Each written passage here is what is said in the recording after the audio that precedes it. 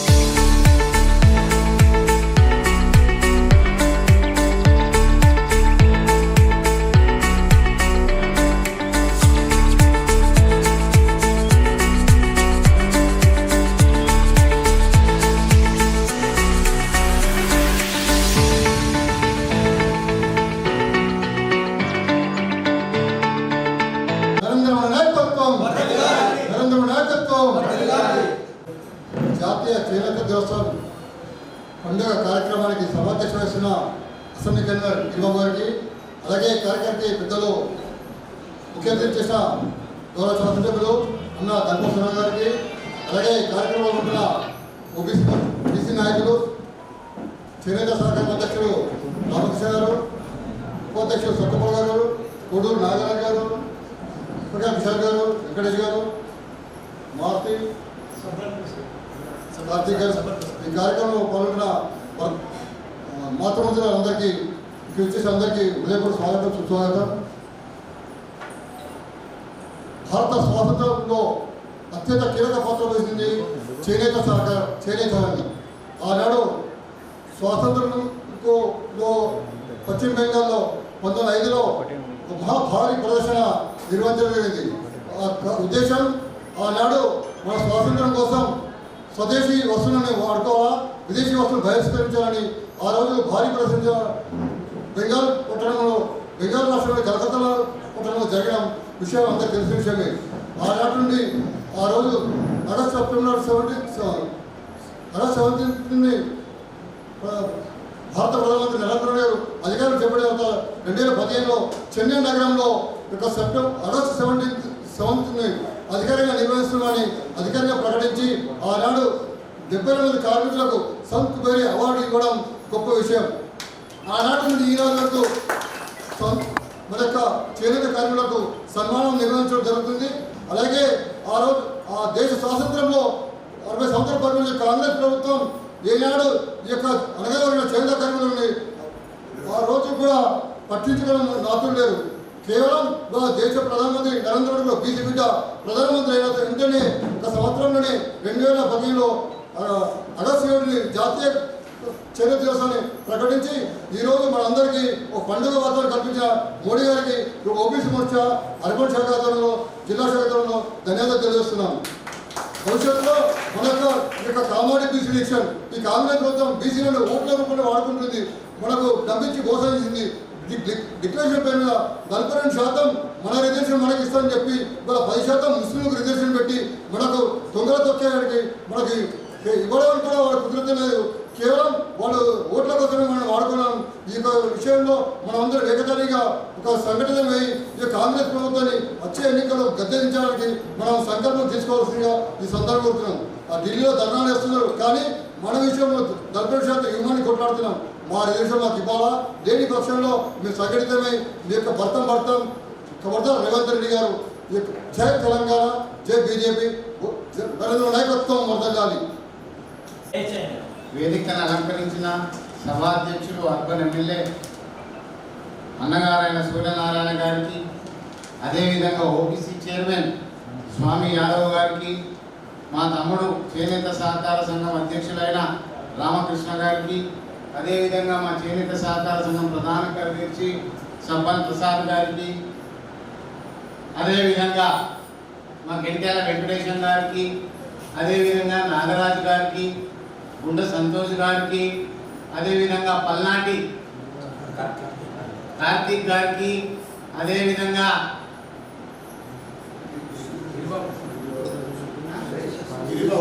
సురేష్ గారి బీజేపీ కార్యకర్తలకు, చేనేత సహకార సభ్యులకు, అదేవిధంగా కార్మికులకు నేడు జాతీయ చేనేత దినోత్సవం శుభాకాంక్షలు తెలుపుతూ, ఇప్పుడే మేము మా చేనేత సహకార సంఘంలో మా డైరెక్టర్ల ద్వారా మా కార్మికులకు సన్మానం చేసి, అదేవిధంగా మా పట్టణ పద్మశాలి కమిటీ వారు కూడా మా చేనేత సభ్యులకు సన్మానం చేసి, జిల్లా సంఘం వారు కూడా చేనేత సహకార సంఘాన్ని సన్మానం చేసి, అదేవిధంగా జాతీయ చేనేత సమైక్య అధ్యక్షులైన గణేష్ గారు కూడా సన్మానం చేయడం జరిగింది.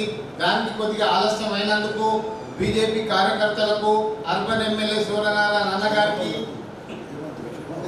క్షమించాలని కోరుకుంటూ, ఏదైతే నేడు మా గవర్నమెంట్ తరఫు నుంచి ఎమ్మెల్యే గారు మా చేనేత కార్మికులకు సన్మానం చేస్తున్నందుకు మా నిజామాబాద్ పద్మశాలి సమాజం తరఫు నుంచి, చేనేత సహకార కార్మికులు సభ్యుల తరఫు నుంచి పేరు పేరున ధన్యవాదాలు తెలుపుతూ, ఏదైతే జాతీయ చేనేత దినోత్సవం అని మన మోడీ గారు గత 8 సంవత్సరాల కింద 10 సంవత్సరాల కింద ఆగస్టు 7న జాతీయ చేనేత దినోత్సవం అని గుర్తించడం జరిగిందో, దానికి మా నిజామాబాద్ చేనేత సభ్యుల తరఫు నుంచి, పద్మశాలి సోదరుల తరఫు నుంచి వారికి ధన్యవాదాలు తెలుపుతూ, ఈ సమయం కేటాయించినందుకు పెద్దలందరికీ నా యొక్క ధన్యవాదాలు, శుభాకాంక్షలు. జై మార్కండేయ, జై చేనేత. జై మార్కండేయ, జై శ్రీరామ్, భారత్ మాతా కీ. ఈరోజు జాతీయ చేనేత దినోత్సవ సందర్భంగా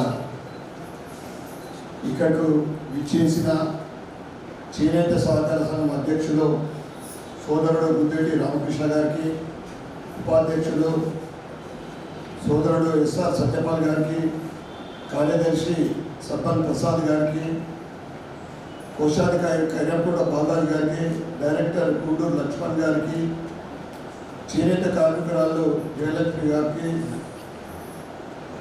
ఓబీసీ మోర్చా రాష్ట్ర అధికార ప్రతినిధి స్వామి యాదవ్ గారికి, ఓబీసీ అసెంబ్లీ కన్వీనర్ గిరిబాబు గారికి, భారతీయ జనతా పార్టీ సీనియర్ నాయకులు వెంకటేష్ గారికి, మాజీ కార్పొరేటర్ బీజేపీ ఉపకాయల కిషోర్ గారికి, భారతీయ జనతా పార్టీ మండల అధ్యక్షుడు నాగరాజు గారికి, భారతీయ జనతా పార్టీ బీజేవైఎం రాష్ట్ర మెంబర్ పల్నాడు కార్తీక్ గారికి, మరి యొక్క మండల అధ్యక్షుడు బీజేపీ పుట్ట వీరేందర్ గారికి, సీనియర్ నాయకులు వీరేందర్ గారికి, మరియు వేదిక మీదున్న గిరిబాబు సురేష్ వారికి, మరియు వేదిక ముందున్న ఈరోజు సన్మానం గ్రహీతలైన మా సోదరిమణులకు, ఇతర సోదర సోదరులందరికీ కూడా, చేనేత అంటే నరాలను పోగులుగా చేసి తమ రక్తాన్ని రంగులుగా వేసి గుండెలను కండెలుగా మార్చి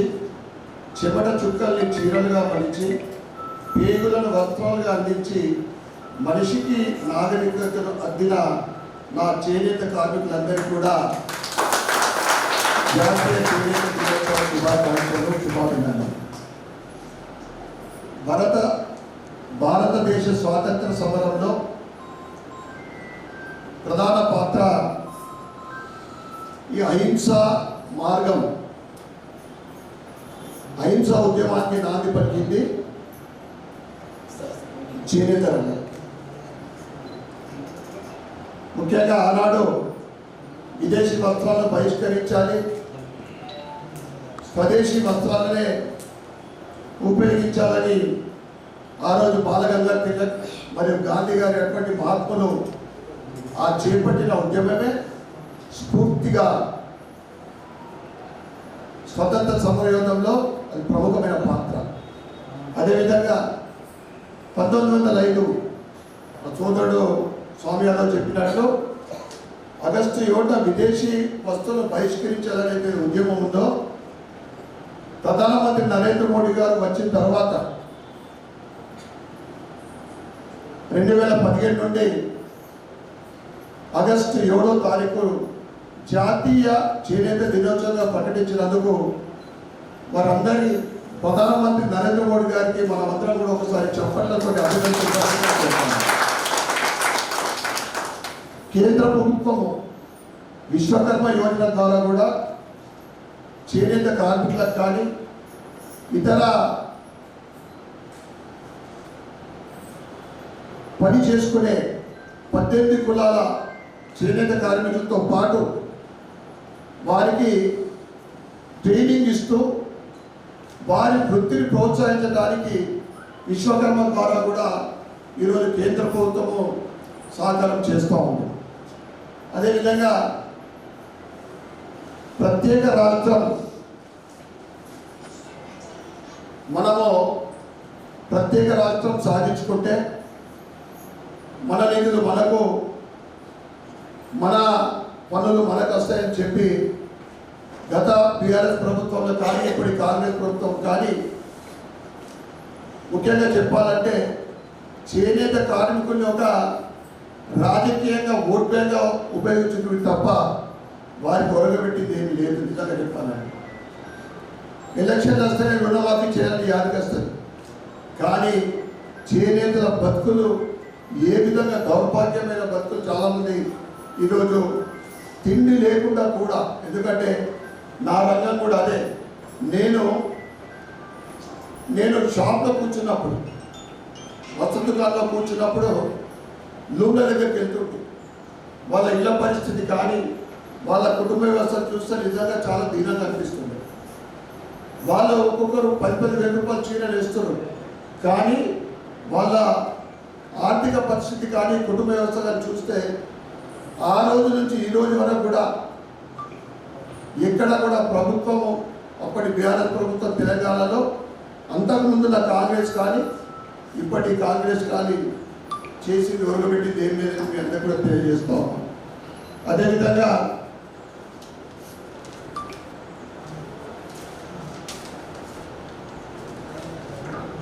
అగ్గిపెట్టెలో పట్టు చీరలు నేర్చిన ఘనత మన నేతన్నలది, కానీ ఇప్పుడు వాళ్ళ పరిస్థితి అన్నమో రామచంద్ర అన్నట్టున్నది.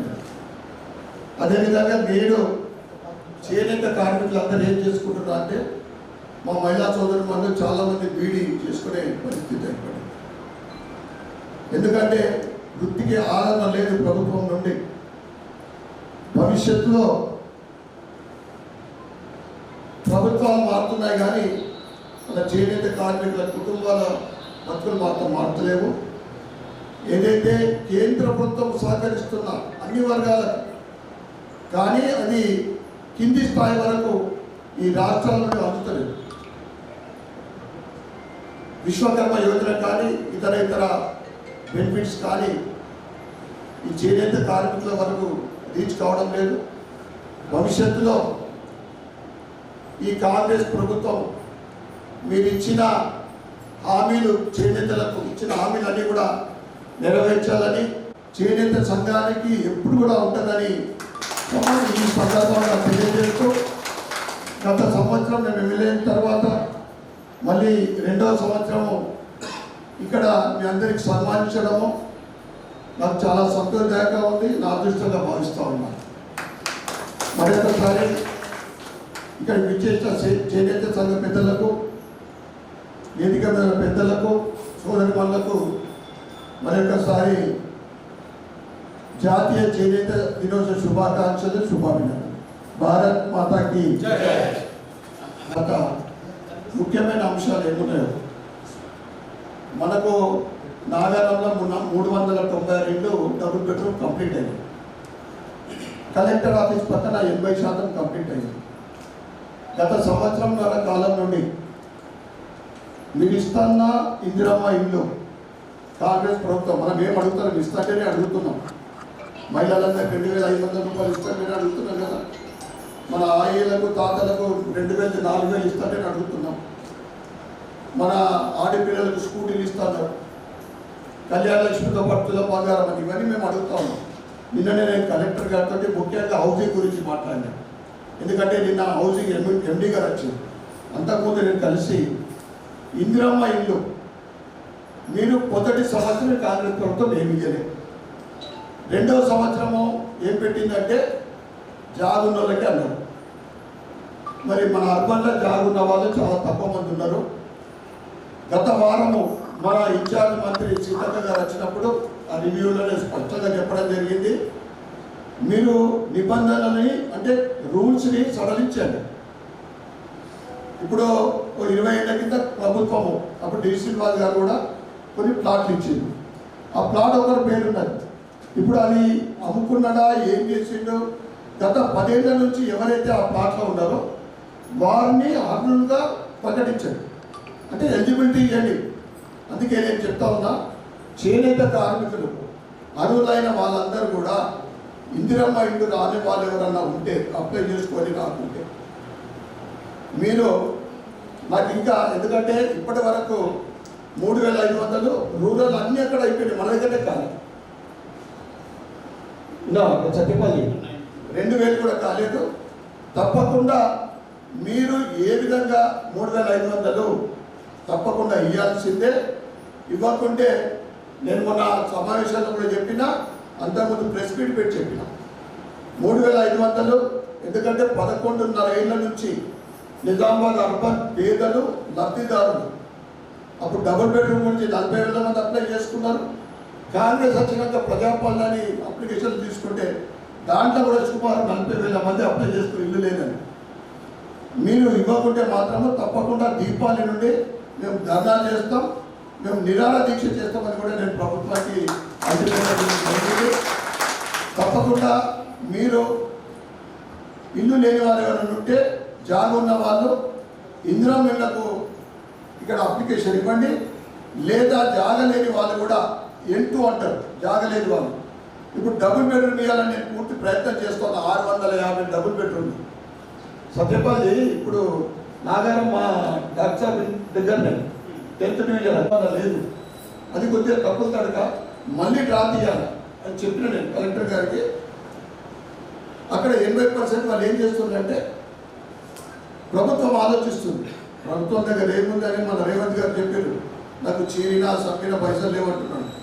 అయితే ఉన్న స్థితిలో అంటే 80% కంప్లీట్ అయింది, అది కూడా ఇచ్చే ప్రయత్నాలు చేస్తే ఇంకా క్లారిటీ రాలేదు. ఇల్లు లేని జాగలేని వాళ్ళు కూడా ఎవరైనా ఉంటే మీ నేత కార్మికుల కుటుంబాలు ఇక్కడ నాకు ఈ క్యాంప్ ఆఫీస్లో మీరు ఆధార్ కార్డు ఇంకేదన్నా ఇవ్వండి. దాంతోపాటు పేదలు చదివించుకునే పరిస్థితి లేకుంటే వాళ్ళ పిల్లలకు 10th క్లాస్ వరకు నా ట్రస్ట్ తరఫు నుండి 100 పిల్లలకు నేను చదివించే టార్గెట్ పెట్టుకున్నా. ఈరోజు వరకు 70 మంది ఆల్రెడీ నేను కన్ఫర్మ్ చేసిన, 100 కన్నా ఎక్కువైనా కానీ పర్వాలేదు, వాళ్ళకు కూడా ఇవ్వండి. తర్వాత నేను అతి ముఖ్యమైనది, నేను సీఎం వాళ్ళ చెక్కులు ఎప్పుడు నేను వాళ్ళకు లబ్ధిదారులకు ఇచ్చినప్పుడల్లా నేను చెప్తా ఉంటాను, దయచేసి ఆర్థికంగా చిన్న స్థాయిలో మీరు ఏదైనా హెల్త్ ఇష్యూ వస్తే హడావిడ్లా ప్రైవేట్ హాస్పిటల్కి పోయి ఆర్థిక స్తోమత లేకుండా చాలామంది అప్పుల పాలై ఉన్నది అమ్ముకొని బజార్లో పడుతూ ఉన్నారు, ఇబ్బందులు పడుతూ ఉన్నారు. మీకు ఏదైనా అవసరం అనుకుంటే సివిల్ హాస్పిటల్లో నా దగ్గర మొత్తం ఎంట్రీ ఉంది. మీకు సివిల్ హాస్పిటల్ అన్ని రకాల బీమాలు తగ్గ చేయగలుగుతారు. మనం అనుకుంటాం అంటే సివిల్ హాస్పిటల్ అంటే భయపడే రోజు భయపడతాం, అడిగిపోతే మళ్ళీ అస్తమాలు లేదా అని. అవన్నీ ఏం లేదు. ఇప్పుడు మంచి టీము సూపరింటెండెంట్ గారితో కూడా నేను మాట్లాడినా, మీకు మోకాలు మార్పిడి ఇప్పుడు కూడా చేస్తారు, ఇక్కడ నీ రిప్లేస్మెంట్ కూడా చేస్తారు. మనకు తెలియదు అంత పెద్ద చేస్తారు, అన్నీ చేస్తారు. న్యూరో బ్రెయిన్ ట్యూమర్ కూడా మా ఒక యువకుడు ఈ రేంజర్కి వెళ్ళి వస్తే బయట 6 లక్షల రూపాయలు అక్కడ ఫ్రీగా చేయించింది. కంటికి మనం అనుకుంటాం క్యాట్రాక్ట్ ఒక 4గురికి చేయించింది. అందుకే మీకు అవసరం అనుకుంటే ఆర్థిక స్తోమత లేని వాళ్ళు మాకు ఇక్కడ వచ్చితే నా పర్సన్ ఇచ్చి నేను సివిల్ హాస్పిటల్ కూడా మంచి ట్రీట్మెంట్ చేయించడానికి నా ప్రయత్నం చేస్తాను. ప్రభుత్వం స్కీమ్లు మీకు ఏది అవసరం ఉన్నా, చిరు వ్యాపారులకు కావలసిన ముద్రా లోన్లు కానీ ఇతర ఏదైనా అవసరం ఉంటే నా క్యాంప్ ఆఫీస్కి వచ్చి మీరు అప్లై చేసుకోవాల్సిందిగా మీ అందరికీ కూడా కోరుతా ఉన్నాను. ధన్యవాదాలు. నాకు మంచి సబ్జెక్టు సత్యపల్లి చెప్పిండు. తప్పకుండా నేను మీ అందరి ఆశీర్వాదంతో ఎమ్మెల్యేగా గెలిచిన మీ అందరికీ ఒకసారి అభినందనలు చెప్పుకుంటూ, నాది 2 కాన్సెప్ట్ ఉంటాయి. ఒకటి, నియోజకవర్గం అభివృద్ధి చేయాలా, నా నియోజకవర్గ ప్రజలకు నా సహకారం సహాయం అందియాలి. ఈ 2 ఉంటాయి తప్ప నాకు ఎప్పుడైనా ఎనీ టైం కలవచ్చు. నేను రాగానే లేరు అనుకుంటే దయచేసి అటువంటిది ఏముండదు. ఈడ మీరు నేను ఈవినింగ్ నిజామాబాద్లో ఉన్నట్టు ఇక్కడ తప్పకుండా ఉంది. మీకు నేను ఇంతకుముందు చెప్పినని కొద్దిగా ఆలోచించండి. ఏదైనా అవసరం అనుకుంటే ప్రభుత్వ స్కీమ్ ఇవ్వడానికి ఇక్కడ స్కీమ్ ఉంటుంది. ఇక నా వంతు నేను ఎవరికైనా సహాయ సహకారాలు అవసరం ఉంటే నా ట్రస్ట్ ద్వారా కూడా చేయడానికి సిద్ధంగా ఉన్నా. ప్రభుత్వం ఇప్పటి వరకు CDP అంటే ఎమ్మెల్యే ఫండ్ రాలేదు.